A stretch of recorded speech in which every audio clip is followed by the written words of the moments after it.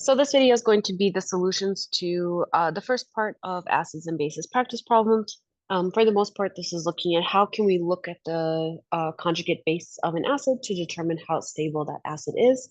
And then it will focus on those four effects that were discussed in the lecture video regarding acid stability, which includes the element effect, inductive effect, resonance, and hybridization.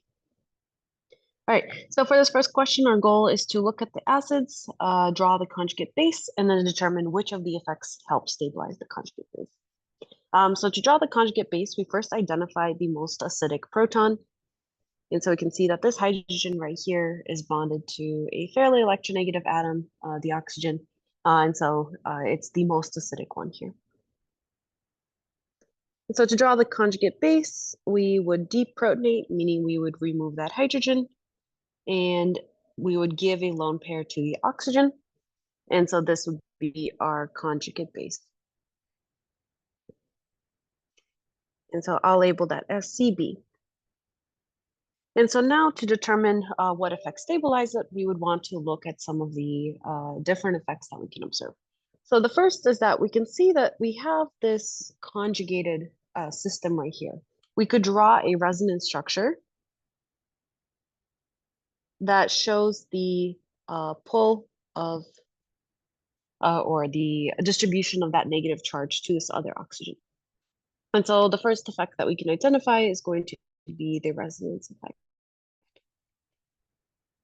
And so again, all of these effects that stabilize the conjugate base, they make the initial acid stronger. We can also see that we have this bromine right here, which since it's a fairly electronegative atom as well, we know that it can help stabilize the conjugate base through the inductive effect.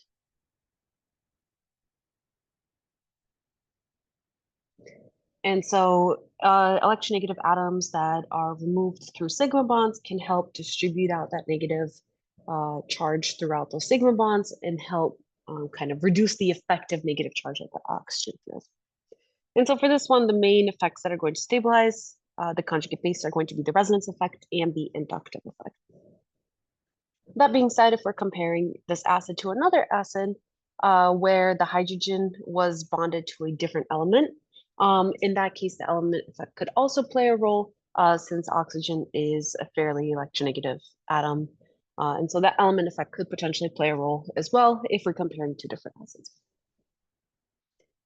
All right, let's do the second one. So here we can also draw the conjugate base. Again, the one bonded to the oxygen is going to be the most acidic. And similar to the previous one, we could also draw resonance structures that show the distribution of this charge throughout the structure. And so for now, I'm just going to draw this one resonance structure here. But actually the structure has a decent number of resonance structures. And the last question in this problem set will have you draw them all out. So if you're looking for all the other ones, just take a look at the last part of this problem set. All right, so similar to that first one, we also have a resonance effect. We have a weak inductive effect. It's not that strong. For the most part, the inductive effect ends up being relevant when you have very electronegative atoms, or if you're comparing very minor differences between acids. And so the primary factor that's going to stabilize this is going to be the resonance effect.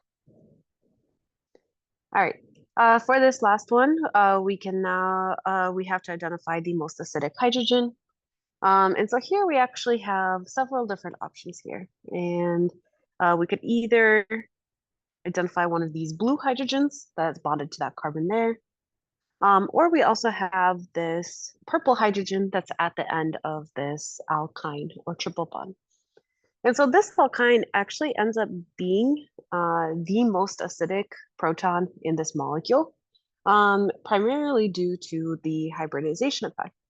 Because when we draw out the conjugate base for this deprotonation of that hydrogen, the one I highlighted in red, we end up with this negative charge on an sp hybridized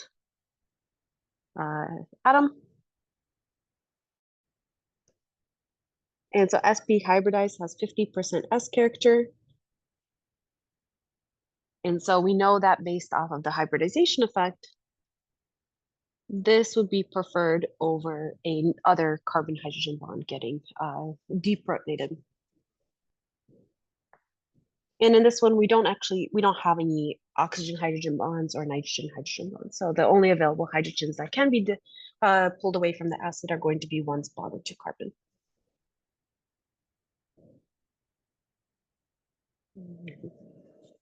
And this molecule does not have any hybridization, or sorry, any resonance.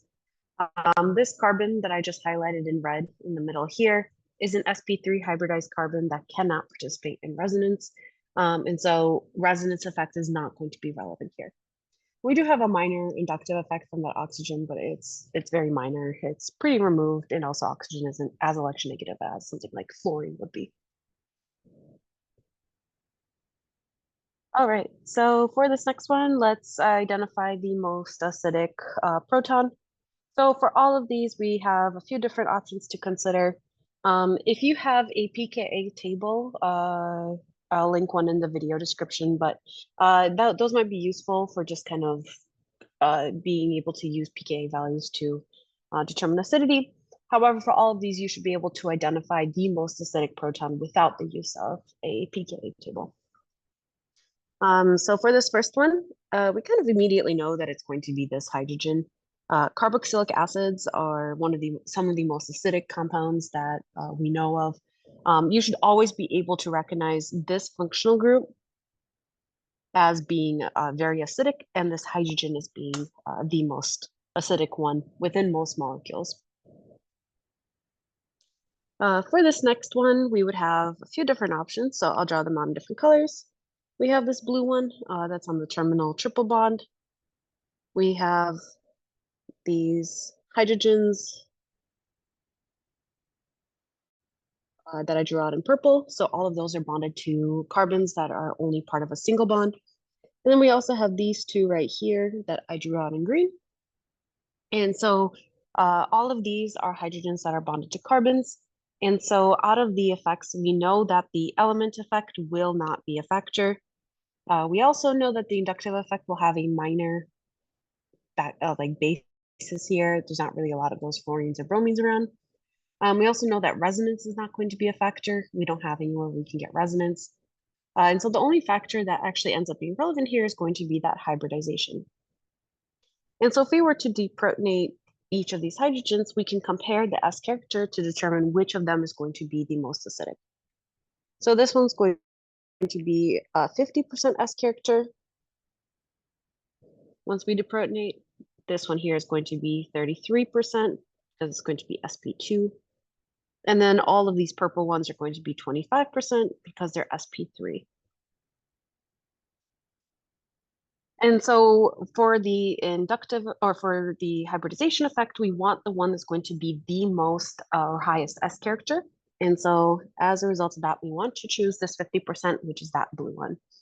And so this hydrogen right here that I highlighted in red ends up being the most acidic.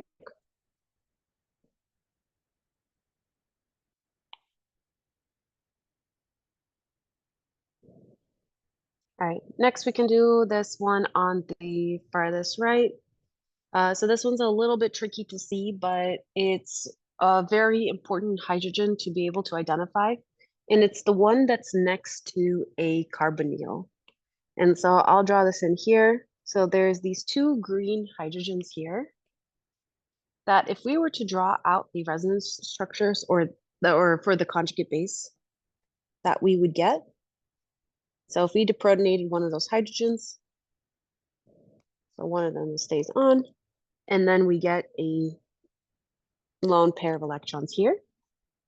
This lone pair of electrons can participate in resonance with this carbonyl structure here. And so as a result of the availability of that resonance, it ends up being a very, very acidic part of the molecule due to the resonance effect.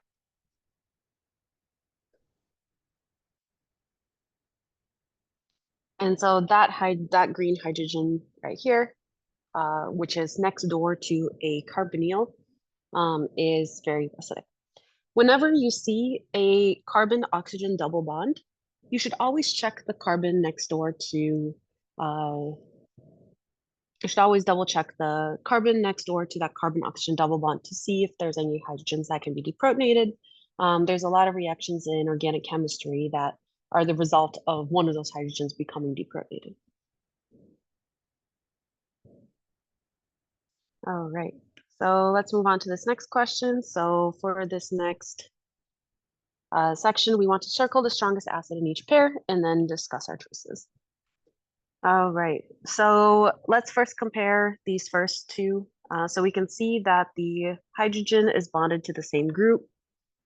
We have a carboxylic acid in both of these, so there's not really much difference in terms of things like the element effect, since the hydrogens are bonded to the same atom. We also know that we're going to get the exact same resonance in both of these.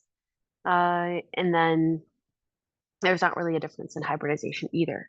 However, the main difference is going to be in the presence of 1 fluorine versus 3 fluorines here. And so because we have more fluorines on the left structure, when we deprotonate, that negative charge is going to be more stabilized in that left structure. And that is due to the inductive effect.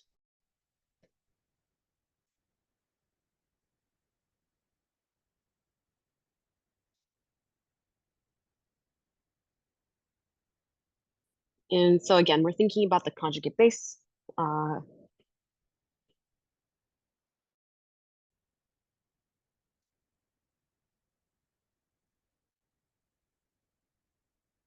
And so as a result of that, this one right here is going to be the stronger acid.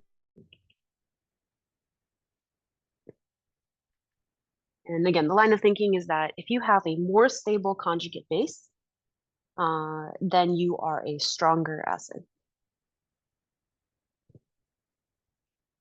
All right, for this next one, we're comparing, we mostly have the same structure. The key difference is going to be in what atom the hydrogen is bonded to. So here we have, in the left structure, we have that the hydrogen is bonded to an oxygen. In the one on the right, it's bonded to a nitrogen. And so due to the element effect, because, and again, we're using the element effect here because we're directly bonded to the atom that we're comparing. So due to the element effect, the structure on the left would be stronger.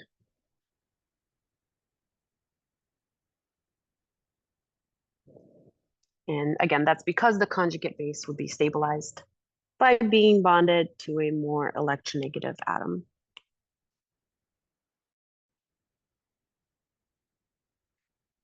All right, now we can do this last one. So here we're still bonded to the same atom, so it's both OHs, so there's not really much of a difference here. However, we can see that we have some double bonds here. And so what would be useful is to draw out the conjugate bases for both of these.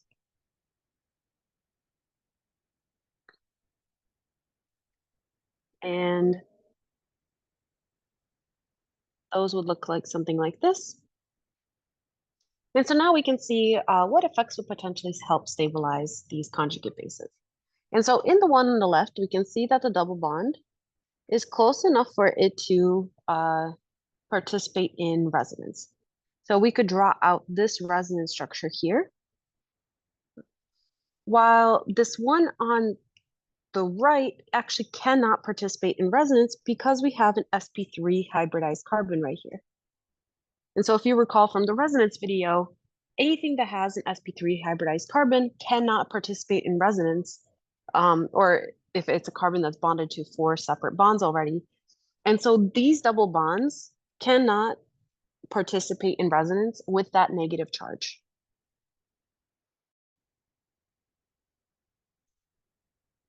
And so this carbon interrupts resonance. And so as a result of that, there is no stabilization of that negative charge. And so only the structure on the left would end up having the resonance effect, helping stabilize the conjugate base.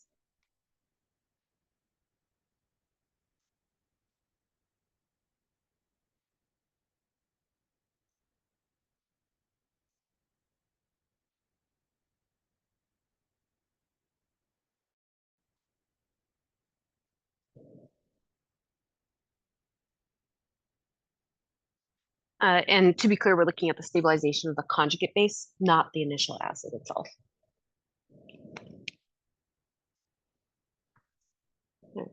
And so even though it looks like there are more double bonds that could potentially extend the resonance system for the structure on the right, we actually end up not having resonance stabilization because the sp3 hybridized carbon interrupts it.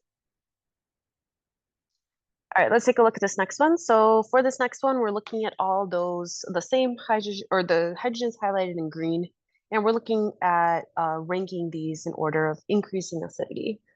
So 1 is going to be least acidic, 4 is going to be most acidic. And so for all of these, let's first draw out the conjugate bases when we deprotonate the indicated hydrogen. And so again, for that, we're going to pull off that hydrogen, and then we're going to replace it with a lone pair and a negative charge. And so from here, we would want to look at the different effects that each of these structures has.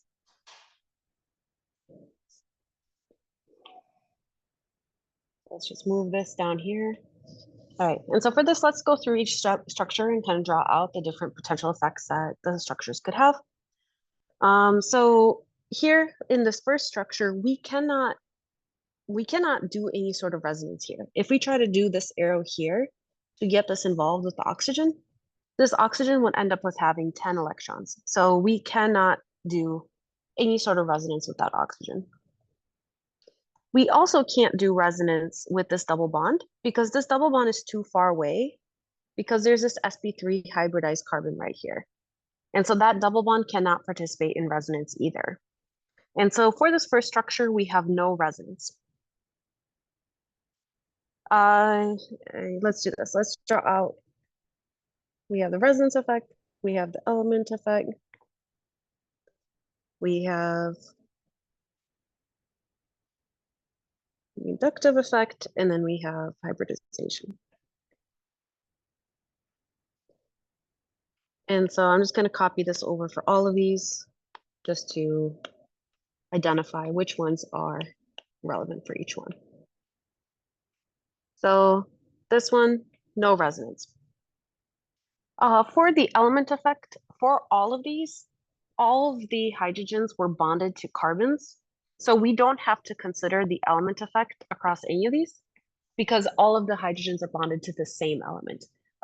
For ranking acids, the only time we want to use the element effect is if we're bonded to different elements initially.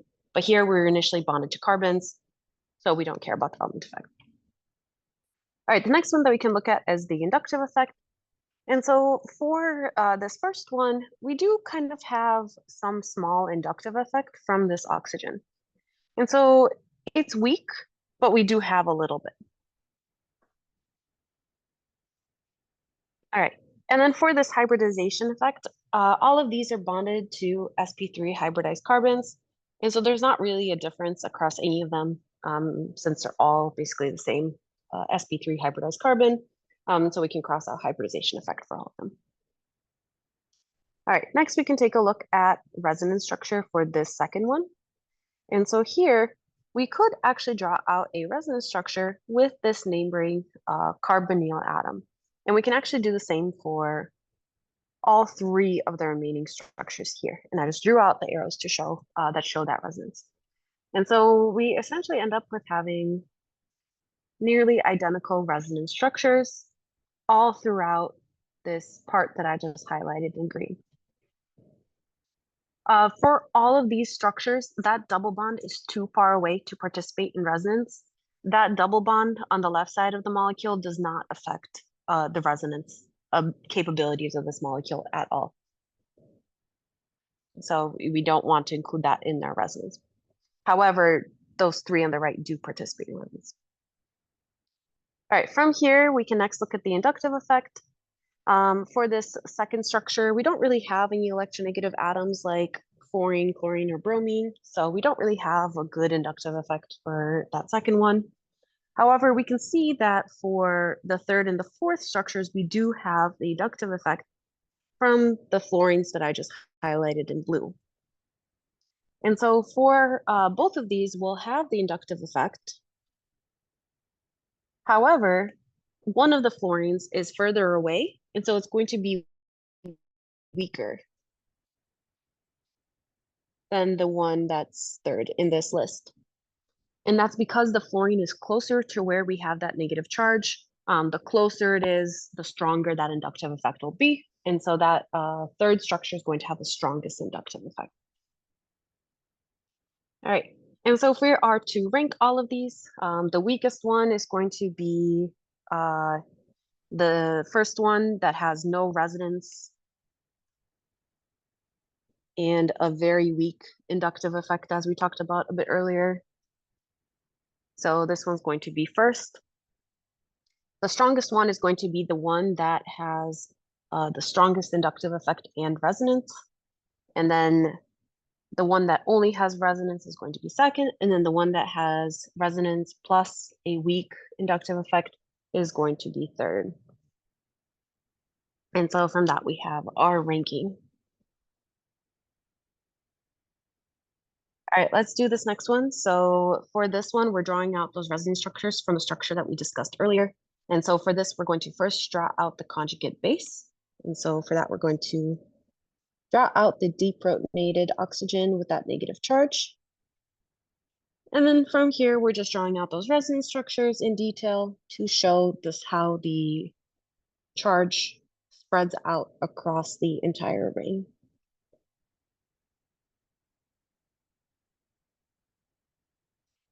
So that'll be our first one. From here, we can just go in a circle around the ring. So we could get this.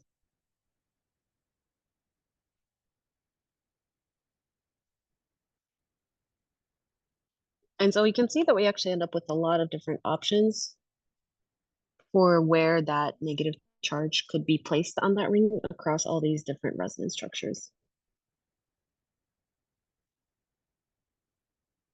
So we have that. We also have to keep in mind that this ring system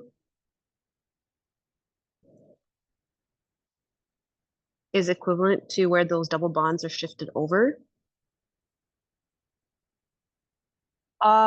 in the ring.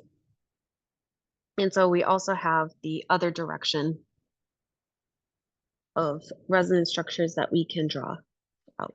And whenever you draw out resonance structures across a ring, it's very useful to, or whenever you see like a benzene ring where you have the hexagon with double bonds inside the ring, always remember that the double bonds aren't, they're kind of equivalent across the entire ring. And so you have two different arrangements of those double bonds.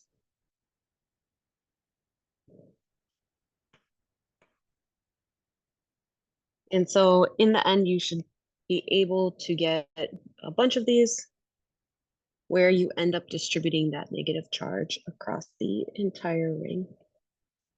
And if we were to draw out the hybrid, I'll do that inside this blue box here.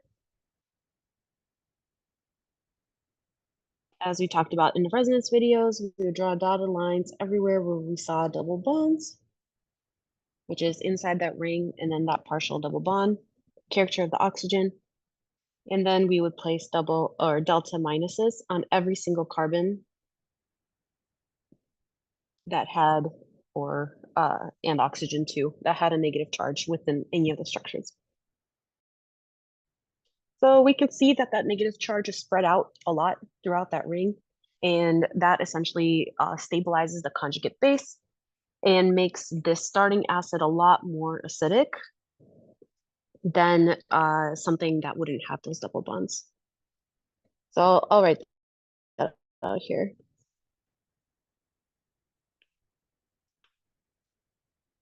So let's say we compared it to this structure where we don't have those double bonds and therefore no resonance. This one would be much more acidic because the conjugate base is stabilized through resonance.